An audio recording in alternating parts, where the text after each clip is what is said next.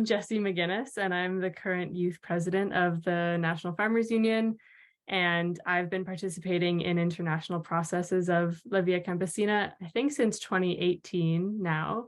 And I'm also active in our international programs committee and have been the co-chair of the IPC in the past. And Tyler, I'll let you introduce yourself. Oh, maybe I should say too that I have a small-scale organic vegetable farm with my sister in Mi'kma'ki or Nova Scotia. Over to you, Tyler. Thanks, Jessie. Hi, everybody. I'm Tyler Short. I'm in Kentucky in the United States. My organization is Family Farm Defenders. We're a member of La Via Campesina. I'm on the board of Family Farm Defenders. I work on a small-scale family farm here in Kentucky, and I work in vegetable production. And yeah, I'm really happy to be here as part of this report back to share some of our experiences, and look forward to your all's questions later on. Thanks. Thanks, Tyler. Okay, so starting off strong, this is a bit of an overwhelming slide, but it's actually quite challenging to synthesize the structure of such a large and dynamic social movement. So I'll do my best. And I know there's a few people in the audience who may better than I know the structure of the movement. So I'll take a stab at it. So I won't read all of this information verbatim, but the basic gist is that presently, and this number does change, there are 182 member organizations in 10 geographic regions.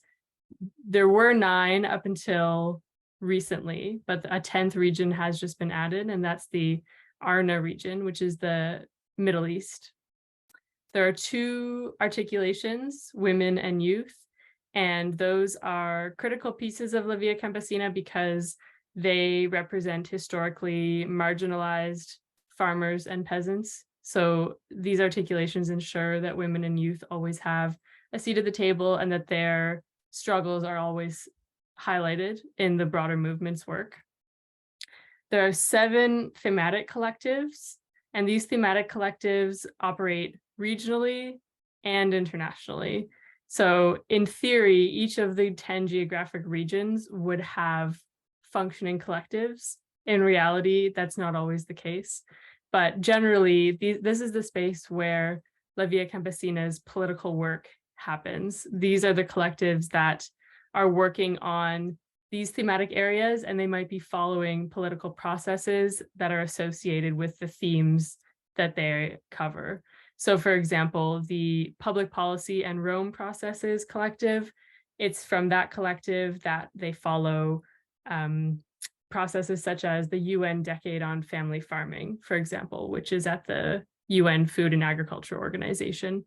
The Peasants' Rights Collective obviously follows the United Nations Declaration on the Rights of Peasants implementation process. So each of these thematic collectives, in theory, is present in the regions and then also internationally, where they convene on a regular basis. There's also 3 internal collectives, and these are made up of, similarly, members from different regions, but instead of working on specific themes, they're working on the functioning of the movement itself. So though the movement is horizontal, relatively speaking, the International Coordinating Committee is made up of 2 representatives from each region, as well as a number of youth representatives. And this is the overarching sort of voice of the movement at the international level. It's this body that convenes on a regular basis to take political decisions and make sure that the movement is functioning well.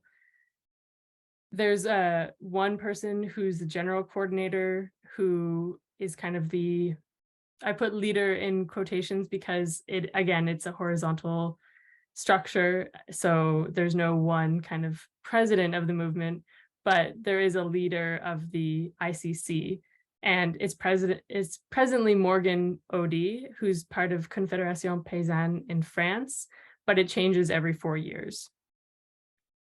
Now, just as important as the representatives who make up the ICC, the collectives, the articulations, is the International Operative Secretariat, who make sure that the wheels are turning behind the scenes for all of Via Campesina's work. The IOS is the body of internationally focused staff who also rotate every 4 years with the ICC general coordinator. So right now, the IOS staff is based in France, as the general coordinator is based in France. And then finally, there's regional staff who accompany all the regional processes, collectives, and articulations. It's a lot of information. So as I alluded to on the previous slide, the movement follows a decentralized decision-making model. And importantly, it's the regions that are the main actors, so not the individual organizations. For instance, the National Farmers Union is not a body on its own within the movement. It's instead part of the North American region, which would make decisions together by consensus and bring those forward to the international level. Critically, each region organizes autonomously. So they may have something like a political committee where representatives from each organization come together on a regular basis to make decisions to bring forward to the international level, but they don't necessarily organize in the same ways. And as I also previously alluded to, each region in theory also has branches of the youth and women's articulations that meet periodically, as well as the thematic collectives. So critically, the major political decisions of the movement, and one that comes to mind is admitting new organizations to the movement. Decisions like that happen every 4 years at the international conferences. And then any follow-up necessary happens at the midterm conferences, which happen every 2 years between the international conferences. So this is kind of a high-level overview. There's a lot of other dynamic processes that are happening. I could talk about the action days that the movement promotes 6 times a year. There are many kind of side processes and working groups that complement the thematic collectives, but I think I'll leave it at that. And maybe at this point, I will actually just open it up if there are any clarifications or questions or comments to be made, because again, this is my interpretation and it could be flawed. So Tyler or others in the audience, if you have anything to add, please do. I have nothing on the structure, but if anyone in the audience has a question, I think that'd be good. Thanks.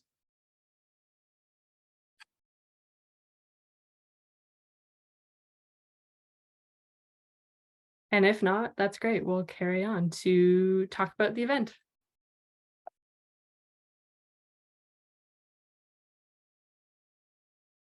All right. I'm going to share with you all now, after that wonderful overview from Jessie about the structure of the movement, about why this meeting in Indonesia was held. So last year in June, I had the great privilege of joining the mobilization of Via Campesina in Geneva, Switzerland, against the WTO ministerial meeting there.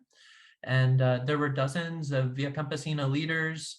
It was the first time that VIA had a large delegation convene since the pandemic. And so it was a really important moment for a lot of leadership and just all participants to get to know each other. It was an intense process in Geneva last year, and we had some informal spaces throughout the 10 days or so to just reflect with each other about what we were doing and where we were going. And I was part of an informal youth meeting, and we discussed the importance of trying to convene an in-person meeting of Via Campesina youth at the global level. And so that's really how this meeting in Indonesia came about, was this informal discussion that some youth of Via Campesina held. And it was really focused on, last year in Geneva, we were really discussing the importance of having more space to communicate and develop shared analysis, more space for us to build relationships together. And we really also talked about the importance of virtual meetings for continuity of our work, but also in-person meetings so we could feel like we were more together and progress on a more human level.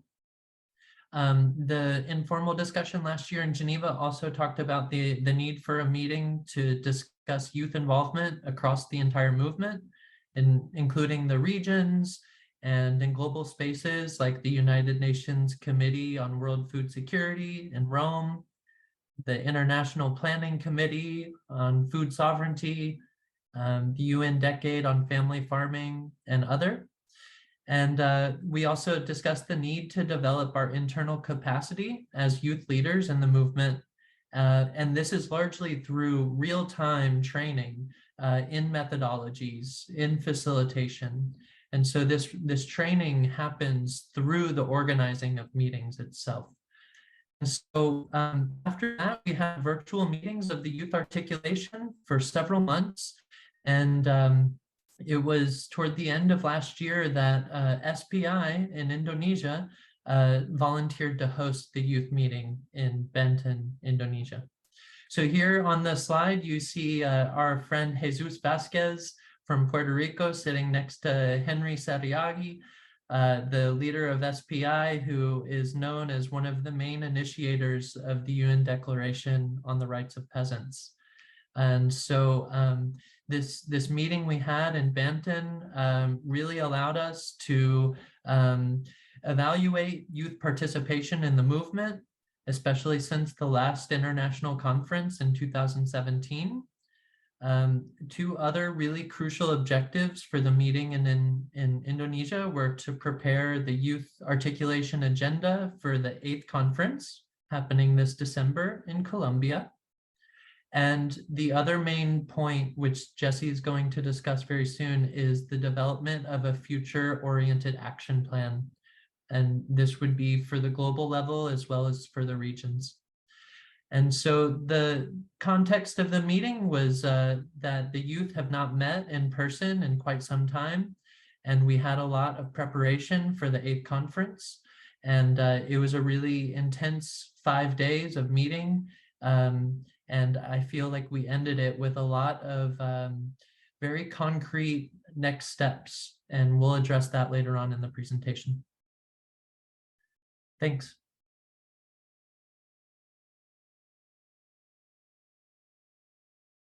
Thanks, Tyler. So the next piece that I'm going to touch on, as Tyler mentioned, one of the key reasons why we were meeting was to identify a strategic action plan for the next 4 years. And so we dedicated a lot of time during this meeting to tease out both this action plan and also our priority thematic areas for the next few years.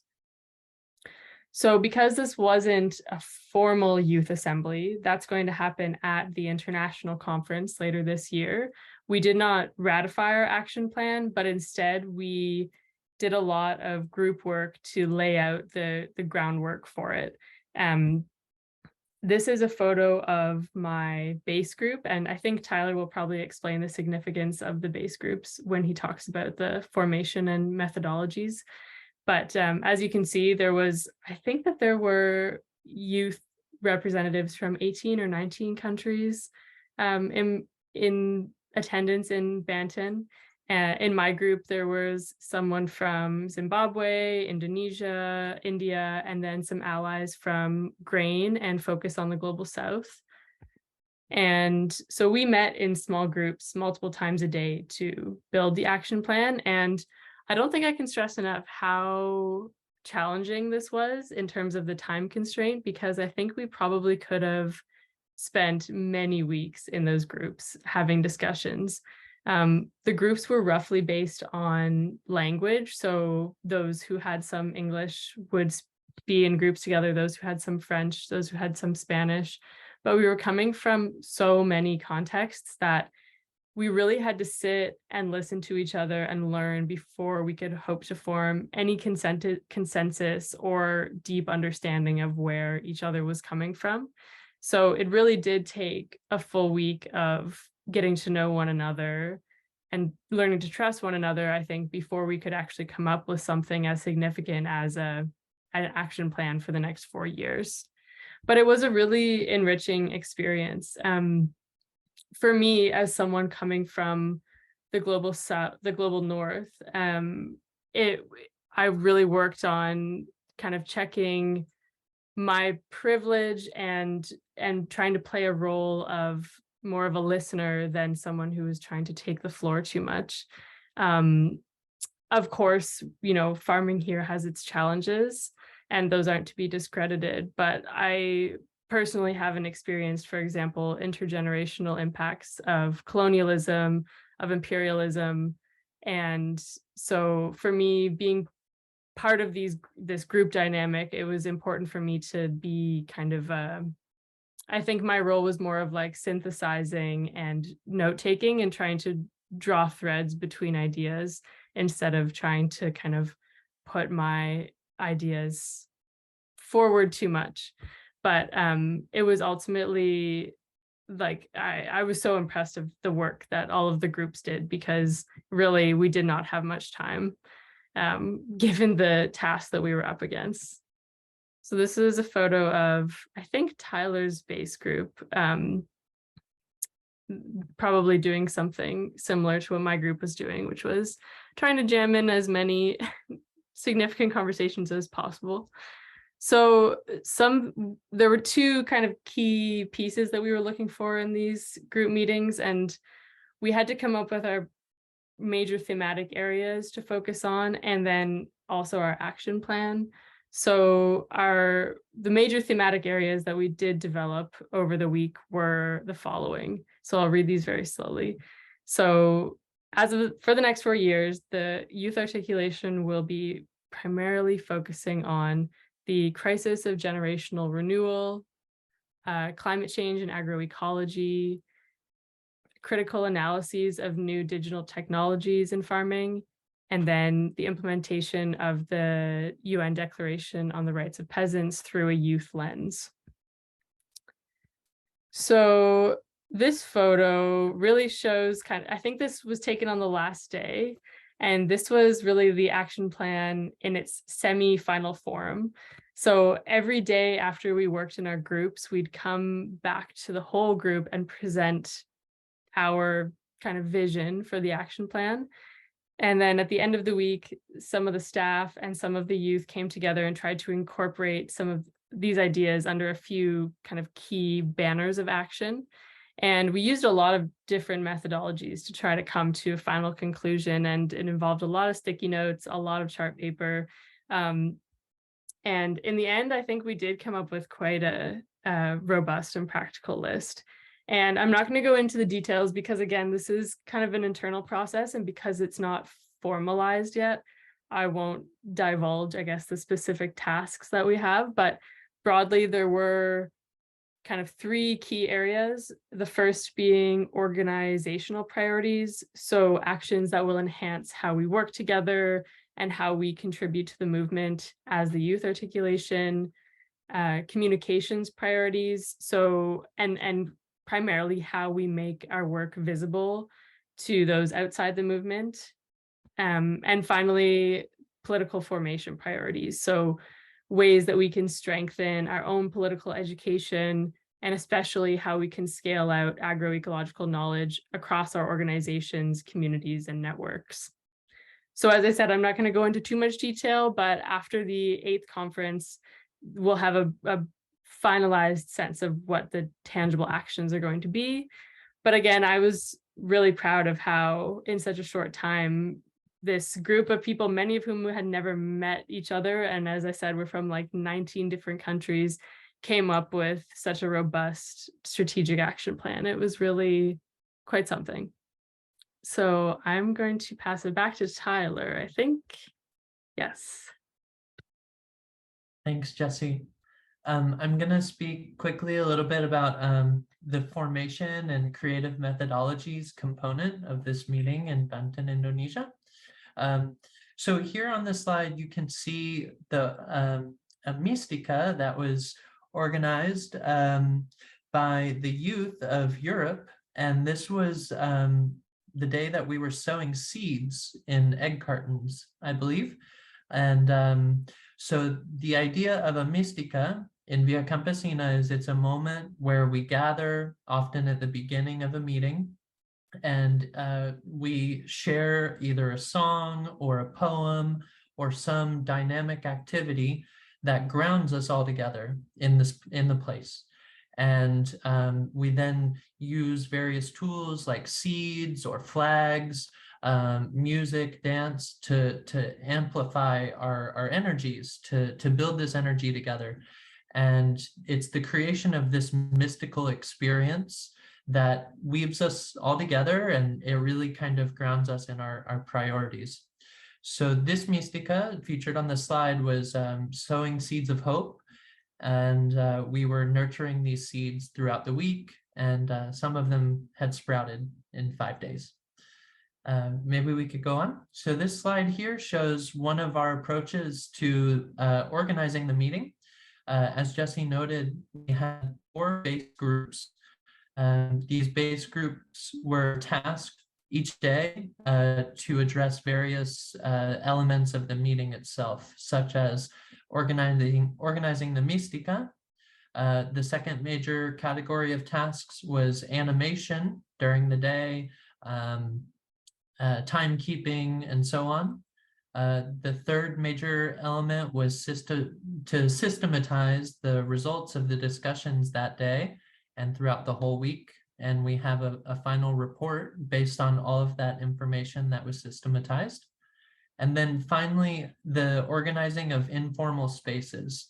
And so these tasks were shared among all of the base groups, and it's a really important methodology for building trust among those in your base group, to learn new ways of organizing, and various dynamics to have fun throughout the meeting too. Maybe we could go to the next slide. So here are a couple more examples of these creative methodologies and formation. I'll start on the right. It's the opening Mystica of the meeting. It was organized by the host group, SPI. And you'll see on the ground 2 comrades who were of the identity of, they were peasants in this Mystica. And you see that there's various components that are locking them into a brutal existence of subjugation to transnational corporations and free trade agreements. And so the guy who's kind of like holding them on a leash is this big capitalist boss who eventually got ousted away by all the youth who shared a message of solidarity in various languages. So this was a dramatic performance to ground us in the local culture, to deal with important themes like free trade agreements, and to really kind of have everyone express a message of solidarity.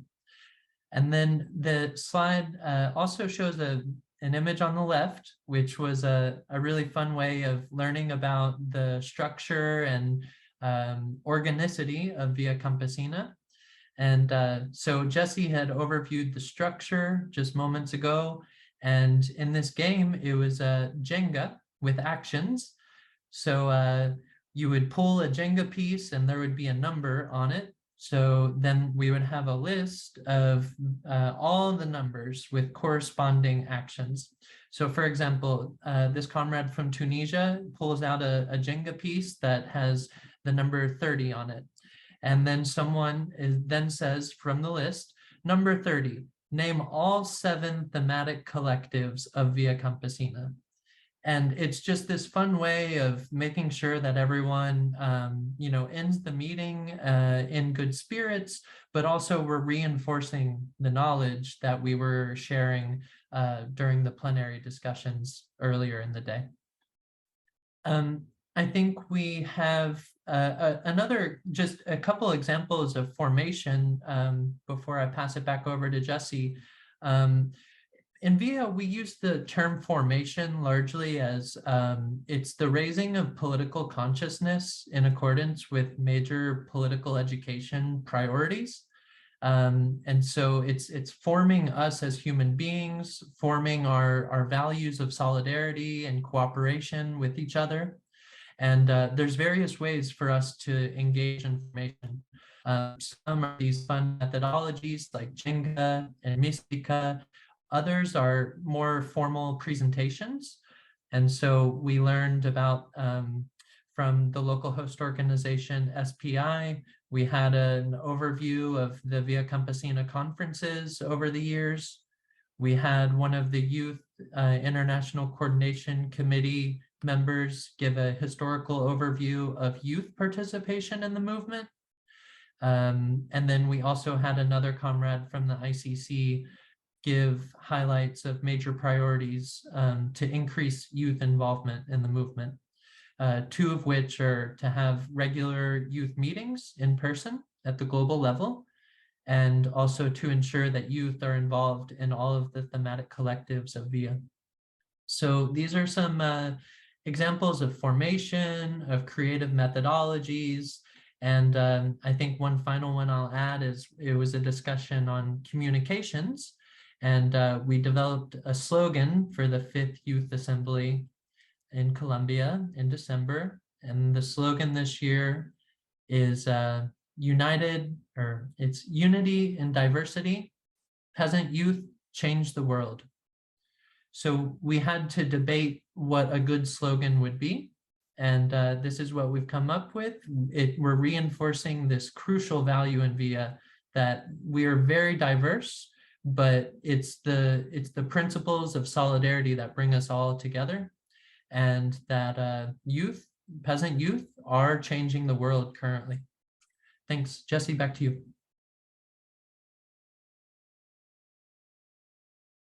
Sorry, I forgot to move to these slides. Do you want to talk about these briefly, Tyler, or do you want me to say something? These are just some other like methods or activities. Yeah, maybe one additional method I'll highlight was new to me. It was take care of your friend throughout the day. We drew names, and each meeting participant had a name of a friend, and you were supposed to keep it secret. And you were supposed to do something nice for your friend throughout the day, whether it was just, hey, Jessie, are you doing okay? Or maybe Jessie leaves the room and comes back to have a nice coconut to drink from, some fun gift. And it's just a way to build relationships. Yeah. Back to you, Jessie. Thanks. Cool. Thanks, Tyler. Yeah, I guess for this part, maybe I'll start and then you can continue. Does that sound okay? All right. So one of the highlights for me of the whole meeting was when we had a field trip day. And this was a very special field trip day because we actually were invited by SPI, the host organization, to a site of active struggle. It was about an hour from where we were meeting in Banten. And this was a spot where peasants are actively reclaiming their land from teak plantations, from teak corporations. Initially, the land was illegally taken by the government, who then leased it to a corporation who had said that the community couldn't produce proof of their land tenure. So we heard from a village elder who has been amassing all of the legal documents relevant to this case and proving that the land was actually theirs. And we heard from a number of SPI leaders about this ongoing struggle. So the picture that you see here is when we first pulled up to the site. There was, no exaggeration, I'm going to say like 500 people there lining the road. There was music, there were flags. It was quite powerful. I really didn't know what to expect, especially because a number of the staff and even some of the local folks that were hosting us were saying like, oh, this is a bit dangerous. It could be a bit dangerous. Like, protest for foreigners in Indonesia is highly illegal. And we didn't want it to seem like we were actually there to protest, but where's the line between solidarity and protest? It's a little bit hard to say. So there were definitely some nerves, I think, going into this day. But for me, as soon as I got there, I was like, okay, this is actually incredible. And I don't feel as worried anymore. in addition to listening to the stories and sharing food, which we'll see in the next slide, is that what we were invited to do was to symbolically plant seeds. So on the right, you can see, I can't tell who it is in that photo, but on the right, we were planting dry rice and on this land that was technically being farmed agroforestry by this teak corporation. We were planting rice, and then on the left, we were planting taro plants. And again, there were just like hundreds of people surrounding us as we were planting these. And it was a bit surreal for sure. This moment felt quite powerful. And it felt like just a big community celebration. And maybe Tyler, did you want to add anything about these photos? Yeah, maybe just the one on the right of the planting of rice. We were instructed by the local community that whenever we were given the seeds of rice and then the digging stick, that there was a gender component that was important for us to respect, which was that only men could hold the digging stick, and women were then encouraged to plant the seeds. And yeah, I mean, sharing a similar reflection that Jessie noted earlier about, coming from the United States, being a white male myself, it's important to, in these meetings, to respect local culture and to be very grateful that they were receiving us. While at the same time, it's very complicated to always want to challenge gender norms and to fight for women's liberation. And if that means a woman holding the digging stick, it might seem so simple, but it could be a major offense to their local culture. So it was one really important learning opportunity for me to just accept the local culture and keep my opinions to myself.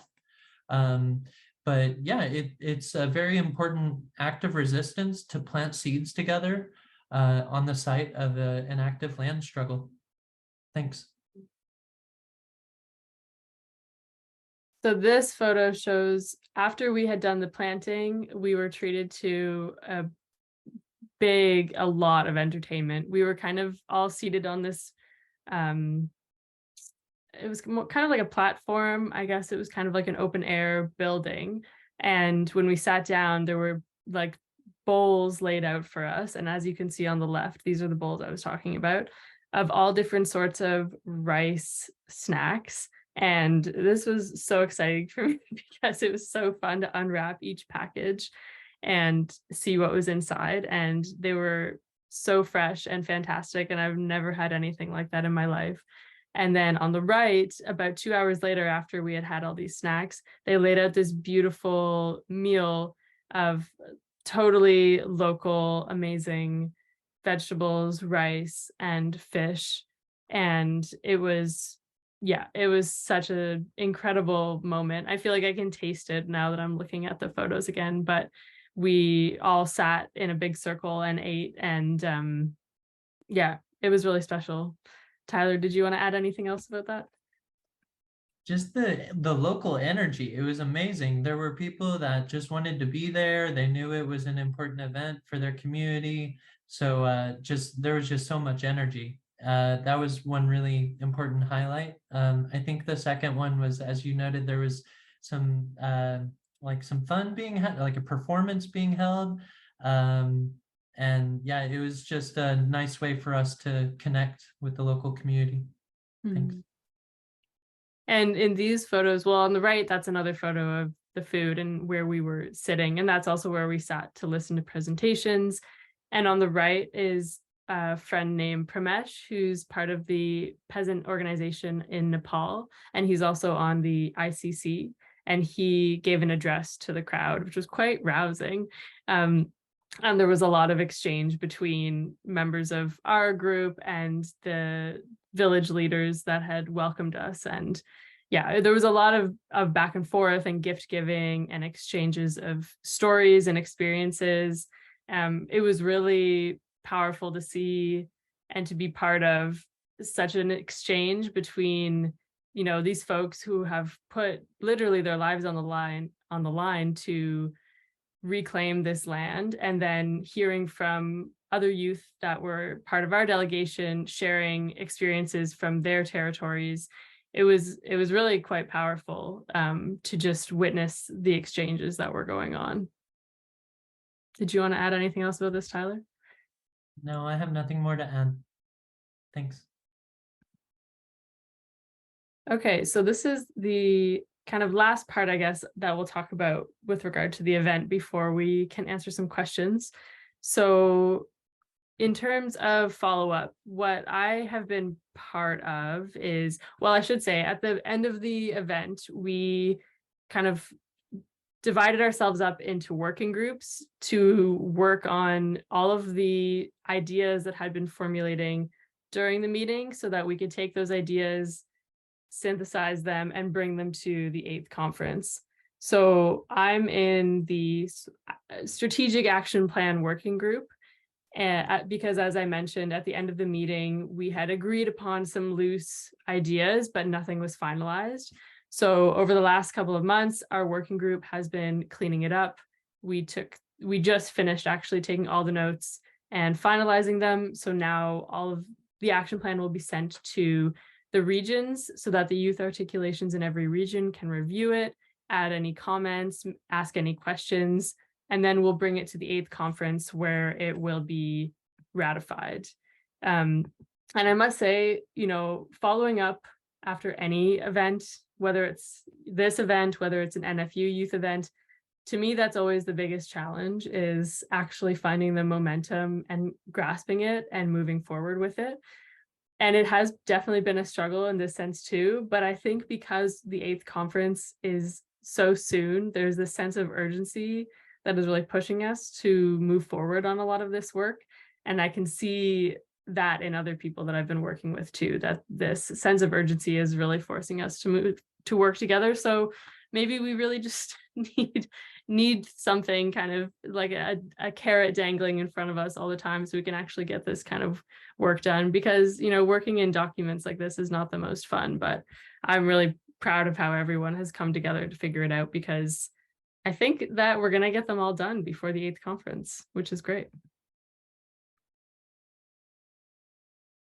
And I joined the follow-up process on the methodology for planning the VIII Youth Assembly. That's the first day of the international conference this December in Colombia. So the methodology group, we've really just been discussing like the time schedule of this one-day youth assembly. And we were considering the major methodologies that we'll be using to accomplish a series of goals. One of these goals is to build relationships. So we want to have dynamic spaces for us to just kind of get to know each other. We also are going to spend part of the morning presenting on the current context of Via Youth. And then one of the main ways that we're going to have the Youth Assembly very participatory is, rather than a series of presentations from all 10 regions, the current idea is that we're going to have cross-regional discussions based on certain thematic priorities. And so it's intended to be a participatory approach rather than largely presenting and listening. And then, as Jessie just noted, that we're intending for the methodology of the VIII Assembly to conclude with the sort of ratification of our 4-year action plan. And in order to achieve these objectives in Colombia this December, there's a process ahead of us. So whenever the draft action plan is sent out to the regions in the coming weeks, the regional youth articulations are tasked to organize meetings to gather final inputs on this document. And the point is that we already have a draft, we'll collect final inputs, and then during the Youth Assembly in Colombia, we don't have so many surprises, right? We're trying to have a process ahead of time to where we can actually ratify a document. And so the responsibility is among each youth articulation, according to the regions, and with support from regional staff. This is sort of the plan ahead, and I think maybe just to kind of conclude my words here, this is a final Mystica, the last day of the meeting in Banten. Everyone had their organization's flags, and we were all wearing our new youth articulation t-shirts, and one person would call on somebody to share the slogan of their organization, an inspiring message for the movement. And unfortunately, Family Farm Defenders, we don't have a flag and we don't have a motto. So I repeated the motto, down, down, WTO. Thank you. Thanks, Tyler. And yeah, we don't have a flag either, actually. And every time I go to a meeting like this, I say to myself, next time, I'm just going to get myself a flag printed so that I can have it, but it still hasn't happened. But thanks, everyone. I think that brings us to the end of our report back. So if you have any questions, we have about 14 minutes for questions and answers.